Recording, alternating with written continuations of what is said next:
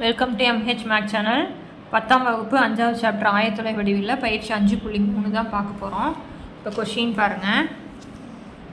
1, -5 மற்றும் 4, 2 என்ற புள்ளிகளை இணைக்கும் கோட்டுத்துண்டின் நடுப்புள்ளி வழியாக செல்வதும் கீழ்கண்டவற்றிற்கு இணையானதுமான நேர்கோட்டின் சமன்பாட்டை காண்க. சரிங்களா? ஃபஸ்ட்டு வந்து XH கொடுத்துட்டாங்க, ரெண்டாவது YH. அதாவது 2 புள்ளி இணைக்கும் கோட்டுத்துண்டின் நடுப்புள்ளி. இப்போ இந்த 2 புள்ளி இருக்குதுன்னு இப்படி இந்த மாதிரி புள்ளி இருக்குது அப்படின்னா இதை இணைக்கக்கூடிய கோட்டுத்தினுடைய நடுப்புள்ளி ஓகேங்களா வழியாக செல்வதும் XHக்கு இணையானதுமான இது வழியாக போகக்கூடிய XHக்கு இணையாக இருக்கக்கூடிய நேர்கோட்டின் சமன்பாட்டை கண்டுபிடிக்கணும். சரிங்களா? XHக்கு இணையாக YHக்கு இணையாக இருக்கிறத கண்டுபிடிக்கணும். ஸோ அப்புறம் நடுப்புள்ளி வழியாக அப்படின்னா முதல்ல நம்ம நடுப்புள்ளி கண்டுபிடிக்கணும். ஓகேங்களா? நடுப்புள்ளி ஃபார்முலா நம்மளுக்கு என்னென்னு தெரியும் இல்லைங்களா? ஸோ அப்புறம் நடுப்புள்ளி ஃபார்முலா நம்மளுக்கு நடுப்புள்ளி formula x1 + x2/2 y1 + y2/2 ஓகேங்களா? இப்போ இதில் x1 y1 நம்மளுக்கு என்னங்கிறது தெரியும், நம்ம எழுதிக்கிறோம். x1 y1 x2 y2. x1ங்கிற இடத்துல 1 ஃபார்முலா இருக்கக்கூடிய ப்ளஸ்ஸு, x2ங்கிற இடத்துல 4/2 போட்டேன். y1ங்கிற இடத்துல -5 ப்ளஸ் y2ங்கிற இடத்துல 2/2. சப்போஸ் இந்த இடத்துல மைனஸ் இருந்ததுன்னா ப்ளஸ் இன்ட்டு மைனஸ் இங்கே என்ன ஆயிருக்கும், மைனஸ் ஆயிரும். ஓகேங்களா? 4 + 1 5/2. இப்போ -5 குறி வேறு வேறையாக இருக்குங்காட்டி கழிச்சு பெரிய நம்பர் குறி -3/2. இப்போ நடுப்புள்ளி நம்ம கண்டுபிடிச்சிட்டோம். இப்போ ஃபஸ்ட் கொஷின் வந்து XHக்கு இணையாக போகக்கூடியது. ஓகேங்களா? XHக்கு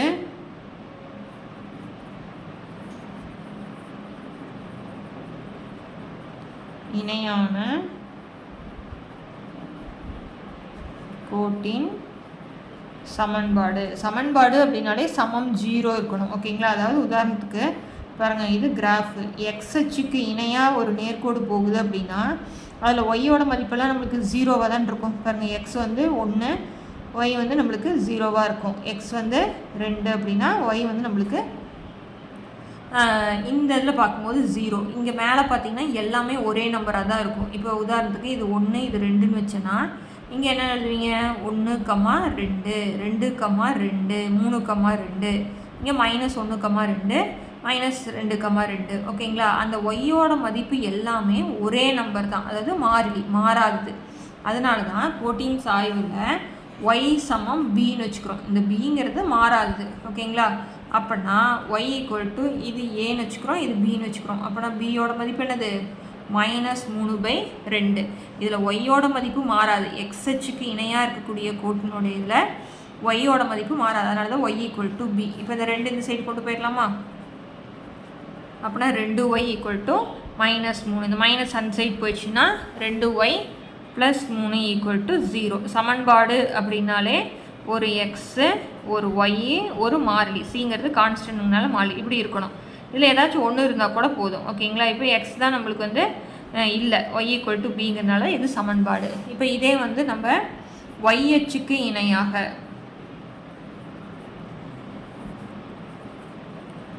YHற்கு இணையான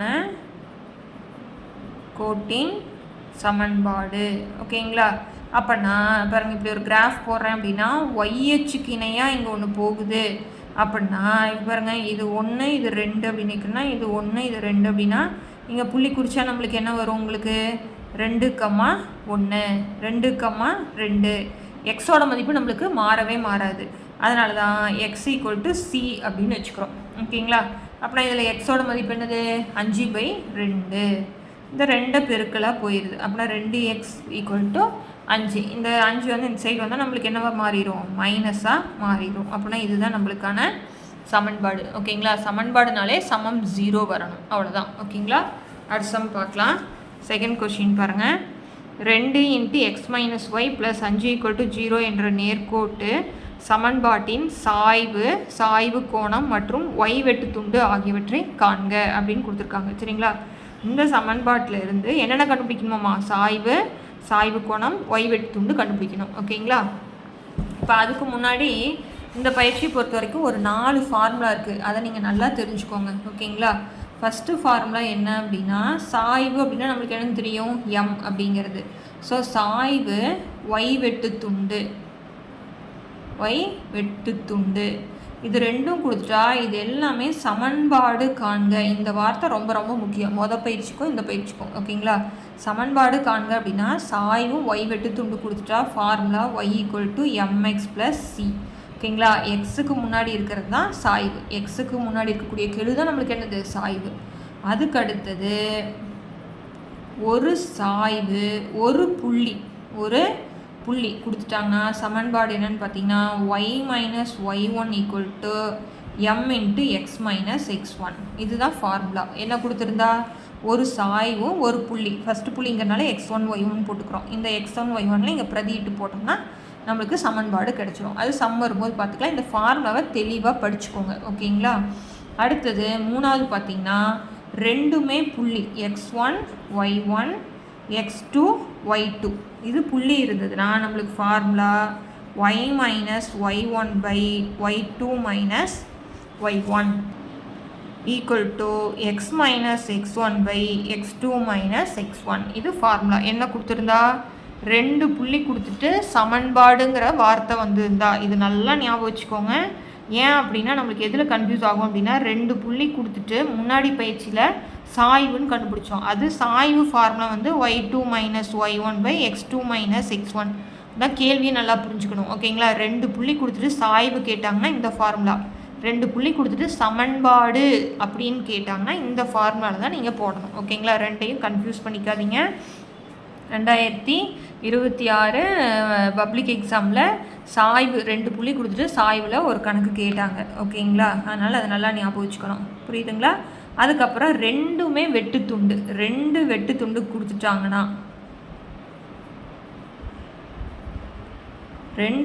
கொடுத்துட்டாங்கன்னா formula X by A plus Y by B equal to 1. ஓகேங்களா, இந்த 4 ஃபார்முலாவையும் நீங்கள் நல்லா தரவாக வச்சுக்கோங்க. அதிகமாக யூஸ் பண்ணுறது இந்த 2 ஃபார்முலா தான் மேக்ஸிமம் யூஸ் பண்ணுவோம். ஓகேங்களா, இது ரொம்ப ரேராக. இதுக்கு வந்து டேரெக்டாகவே சம் இருக்குது. இதுக்கு இன்னொரு மெத்தடும் இருக்குது, அது அடுத்த பயிற்சியில் தான் நம்ம பார்ப்போம். எதில் போட்டாலும் நம்மளுக்கு ஆன்சர் வந்துடும். ஓகேங்களா, இந்த 2 நல்லா பார்த்து வச்சுக்கோங்க. ஓகேங்களா, இப்போ நம்ம அடுத்தது செகண்ட் சம் பார்த்தோம் இல்லைங்களா, அது வந்து என்ன கொடுத்துருக்குறாங்க அப்படின்னா 2 into X minus y plus 5 equal to 0. ஓகேங்களா, இப்போ இதில் சாய்வு கோணம் ஒய் வெட்டுத்துண்டு மூணுமே கண்டுபிடிக்கணும். இப்போ இதில் எந்த சமன்பாடாக மாற்றணும் அப்படின்னா நம்ம கண்டுபிடிச்சிடலாம். பாருங்கள், இது மாற்றினா சிங்கிறது தான் ஒய் வெட்டுத்துண்டு, எம்முங்கிறது சாய்வு, கண்டுபிடிச்சிடலாமா? அப்படின்னா இந்த மெத்தடுக்கு நம்ம மாற்றணும். அப்படின்னா எப்படி மாற்றலாம், இதை 2 பெருக்கலாமா? அப்படின்னா 2x minus 2y plus 5 equal to 0. இப்போ அந்த சமன்பாட்டில் ஒய் தான் முன்னாடி இருக்குது. அப்படின்னா பாருங்கள், Y equal to MX plus சிங்கிற வடிவில் மாற்றுறேன். இப்போ சமக்குறிக்கு முன்னாடி ஒய் தான் இருக்கணும். இப்போ ஒயில் மைனஸுங்களா அன்சைடு கொண்டு போயிட்டுங்களா? அப்படின்னா 2x ப்ளஸ் 5 ஈக்குவல் டு அது அன்சைட் போனால் ப்ளஸ் 2y ஆயிரும். இப்போ நான் மாற்றி எழுதிக்கிறேன். 2y equal to 2x plus 5 மாற்றிக்கலாம்ல. இப்போ எனக்கு வந்து சமக்குறிக்கு முன்னாடி ஒய் மட்டும் தான் இருக்கணும். ஆனால் இங்கே என்ன இருக்குது, 2 இருக்குது. ஸோ அப்படின்னா நான் அந்த சைடு வகுத்தலாக நான் மாற்றுறேன். 2x plus 5 by 2. இந்த 2க்குமே பொதுவாக ப்ளஸ் 5 பை 2. இந்த 2ஐயும் வகுத்துட்டோன்னா எனக்கு எக்ஸ் ப்ளஸ் 5 பை 2. இதுதான் நம்மளுக்கான சமன்பாடு. கண்டுபிடிச்சிட்டோம். எக்ஸுக்கு முன்னாடி இருக்கிறதா நம்மளுக்கு சாய்வுன்னு தெரியும். முன்னாடி எதுவுமே இல்லைன்னா 1 இருக்கிறதா அர்த்தம். அப்போனா சாய்வு எம் சமம் என்னது நம்மளுக்கு 1. அடுத்தது ஒய் வெட்டுத்துண்டினுடைய ஆன்சர் 5 பை 2. ஓகேங்களா, 2 கண்டுபிடிச்சிட்டோம். இப்போ சாய்வு கோணம் கண்டுபிடிக்கணும். அப்போனா எம் ஈக்குவல் டு நம்மளுக்கு என்ன ஃபார்முலா பார்த்தோம் போன பயிற்சியில், எம் ஈக்குவல் டு tan தீட்டான்னு பார்த்தோமா? அப்படின்னா எம் ஈக்குவல் டு 1. தீட்டாவினுடைய எந்த மதிப்பு நம்மளுக்கு 1, 45 டிகிரி. ஓகேங்களா, அப்போனா சாய்வு கோணம் தீட்டா, ஓகேங்களா, சாய்வு கோணம் தீட்டா ஈக்குவல் டு எவ்வளவு, 45 டிகிரி. 1 வரதுனால tan 45 டிகிரி தான் 1. ஓகேங்களா, இவ்வளோ தான் சம்மு. இந்த ஃபார்முலா வச்சு கொண்டு வந்துட்டோம்னா எக்ஸுக்கு முன்னாடி இருக்கிறது எம்முங்கிறது தான் சாய்வு, சிங்கிறது ஒய் வெட்டுத்துண்டு. அதை வச்சு நம்ம சாய்வு கோணம் கண்டுபிடிச்சிட்டோம். ஓகேங்களா, அடுத்த சம் பார்க்கலாம். 3வது கொஸ்டின் பாருங்கள். சாய்வு கோணம் வந்து 30 டிகிரி, மற்றும் y வெட்டு துண்டு -3 ஆகியவற்றை கொண்ட நேர்கோட்டின் சமன்பாட்டை நம்ம என்ன பண்ணணும், கண்டுபிடிக்கணும். இதுதான் நல்ல முக்கியமான வார்த்தை, சமன்பாடு. என்னென்ன கொடுத்துருக்குறாங்க, சாய்வு கோணமும் y வெட்டு துண்டும் கொடுத்துட்டாங்க. அப்படின்னா நம்ம இருக்கக்கூடிய அந்த 4 ஃபார்மை யோசிச்சு பார்க்கணும். சாய்வு கோணம், கோணங்கிறது நம்மளுக்கு டேரெக்டாக இல்லை. அப்படின்னா கோணத்துலேருந்து நம்ம என்ன கண்டுபிடிச்சிக்கலாம், சாய்வு கண்டுபிடிச்சிக்கலாம். அப்படின்னா சாய்வும் y வெட்டு துண்டாக இருந்தால் நம்மளுக்கு ஃபார்முலா ஞாபகம் வச்சுக்கணும். ஓகேங்களா. இப்போ சாய்வு கோணம் 30 டிகிரி. அப்படின்னா m = நம்ம என்ன எழுதிக்கலாம், tan θ. அப்படின்னா m = tan θங்கிற இடத்துல 30. அப்படின்னா tan 30 டிகிரியோட மதிப்பு உங்களுக்கு தெரியும் இல்லையா, என்னது 1/√3. 1/√3 முடிஞ்சுது. ஓகேங்களா. இப்போ y வெட்டு துண்டு நம்மளுக்கு என்னென்னு தெரியும், -3 தெரியும். இப்போ நம்ம நேர்கோட்டின் சமன்பாடு ஃபார்முலா எழுதிக்கிறோம். நேர்கோட்டின் சமன்பாடு எந்த ஃபார்முலான்னு வச்சுட்டிங்களா, y = mx + c. இப்போ y போட்டுட்டேன், mங்கிற இடத்துல என்ன போடணும், 1/√3 × x ப்ளஸ் போடணும். இங்கே y வெட்டு துண்டு மைனஸில் இருக்குது, அப்படின்னா ப்ளஸ் இன்ட்டு மைனஸ் -3. ஓகேங்களா. ஒரு ஸ்டெப்பு ஸ்கிப் பண்ணியிருக்கிறேன், அது மாதிரி போட்டு பழகிக்கோங்க. இங்கே ப்ளஸ் இருக்குங்காட்டி ப்ளஸ்ஸும் மைனஸும் என்ன ஆயிடுச்சு, மைனஸ். இல்லை அப்படின்னா இங்கே ஒரு ப்ளஸ் போட்டு இங்கே ஒரு மைனஸ் போட்டு போடுறது, அது போட்டால் கன்ஃபியூஸ் ஆகிடும். அதனால் ப்ளஸ் இன்ட்டு மைனஸ் மைனஸ்ன்னு டேரெக்டாக போட்டுக்கலாம். ஓகேங்களா. இப்போ அடுத்து நான் என்ன பண்ணுறேன் அப்படின்னா, இந்த √3 நான் வந்து பொதுவாக இருக்கணும் இல்லையா, பகுதி 2 ஒரே மாதிரி இருக்கணும், இங்கே 1 இருக்கிறதா அர்த்தம். அதனால் நான் என்ன பண்ணுறேன், √3 மல்டிப்ளை பண்ணுறேன். அப்படின்னா இங்கே என்ன வரும், எக்ஸு -3√3. இது நல்லா தெரிஞ்சுக்கணும். இந்த √3 அந்த சைடு கொண்டு போகணும், சமன்பாடாக வரணும் நம்மளுக்கு. நான் என்ன சமன்பாடு எப்படி சொல்லியிருக்கேன், எக்ஸு ஒரு ஒய் ஒரு மாறிலி இருந்தால் அது சமன்பாடு, அந்த மாதிரி கொண்டு வரணும். அதுக்காக இப்போ எக்ஸ் வந்து பின்னமாக இருக்குது, அப்படின்னா அதை நார்மலாக கொண்டு வரணும். அப்படிங்கிறனால கூட்டலும் கழித்தலும் இருந்தால் பகுதி 2 ஒரே மாதிரி இருக்கணும் இல்லையா, அப்படின்னா இங்கே √3 பெருக்கும் பொழுது மேலேயும் √3 பெருக்கிக்கிறேன். இப்போ இந்த ஒய் இங்கே பகுத்தில் இருக்கிறது அன்சைட் போனால் பெருக்கலாம் மாறிடுமா, அப்படின்னா √3y = x - 3√3. நம்மளுக்கு சமன்பாடுனாலே ஃபஸ்ட்டு எக்ஸ் இருக்கணும், அந்த எக்ஸ் வந்து ப்ளஸில் இருந்தால் பரவாயில்ல. ஓகேங்களா. அதனால் இங்கே ஆல்ரெடி ப்ளஸில் தான் இருக்குது, அதனால் ஒய் அந்த சைடு கொண்டு போயிருங்க. அப்படின்னா எக்ஸு இங்கே ப்ளஸ்ஸாக இருக்கிறது -3y, பின்னாடி இருக்கிறத அப்படியே எழுதிக்கலாம். இப்போ நீங்கள் வந்து இப்படி திருப்பி எழுதிக்கோங்க, x - √3y -3√3 = 0. இதுதான் நம்மளுக்கான ஆன்சர். ஓகேங்களா. கொஞ்சம் பார்த்து போடணும். இந்த வந்து பகுதி 2 1 பண்ணிவிட்டு அந்த சைடு கொண்டு வரணும். சும்மா இந்த √3 மட்டும் கொண்டு வந்துட்டிங்கன்னா நம்மளுக்கு ஆன்சர் தப்பாயிரும். ஏன்னா இங்கே √3 மட்டும் கொண்டு வந்துட்டிங்கன்னா இங்கே என்ன ஆயிரும், வெறும் 3 மட்டும் ஆயிரும். அப்படின்னா ஆன்சரும் நம்மளுக்கு தப்பாயிரும். அதை மட்டும் கொஞ்சம் தெளிவாக பார்த்துக்கோங்க. ஓகேங்களா. அடுத்த சம் பார்க்கலாம். 4வது சம் பாருங்கள். √3x + 1 - √3y = 3 என்ற நேர்கோட்டு சமன்பாட்டின் சாய்வு y வெட்டு துண்டு ஆகியவற்றை காண்க. ஒரு சமன்பாடு கொடுத்துட்டாங்க, அதுலேருந்து நம்ம என்ன கண்டுபிடிக்கணும், சாய்வு y வெட்டு துண்டு கண்டுபிடிக்கணும். ஓகேங்களா. பாருங்கள், கொஷின் வந்து √3x + 1 - √3y = 3. அப்படின்னா எந்த ஃபார்முலா இருந்தால் கண்டுபிடிக்கிறது ஈஸி அப்படின்னா y = mx + c. இதில் எம்ங்கிறது சாய்வு, சிங்கிறது y வெட்டு துண்டு. அந்த மாதிரி அந்த மாடலுக்கு நம்ம மாற்றணும். அப்படின்னா சமன்பாடுக்கு முன்னாடி y மட்டும் தானே இருக்கணும், எக்ஸ் அன்சைட் கொண்டு போயிடலாமா.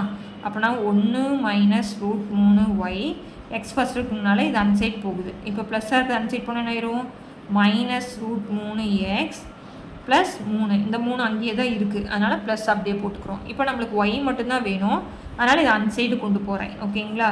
அப்போனா -√3x + 3 கீழே 1 - √3. ஓகேங்களா. இந்த 1 - √3 ரெண்டுக்குமே இருக்கு இல்லையா. இப்போ போன சம்மில் வந்து நீங்கள் தனித்தனியாக இருக்கும்போது நம்ம இது பண்ணணும், √3 பெருக்கணும். இப்போ இந்த ஸ்டெப்பில் இருந்தாலும் இந்த ஸ்டெப்பு கொண்டு வரோம், அது மாதிரியே தான். ஓகேங்களா. ரொம்பலாம் போட்டு கன்ஃபியூஸ் பண்ணிக்காதீங்க. ஒரு தடவைக்கு 2 தடவை பார்த்தீங்கனாலே ரொம்ப ஈஸியாயிரும். அப்படின்னா இது ரெண்டுக்குமே பொதுங்கிறனால -√3x / 1 - √3 + 3/1 - √3. ஓகேங்களா. இப்போ பாருங்கள், y = mx + c வந்துருச்சிங்களா.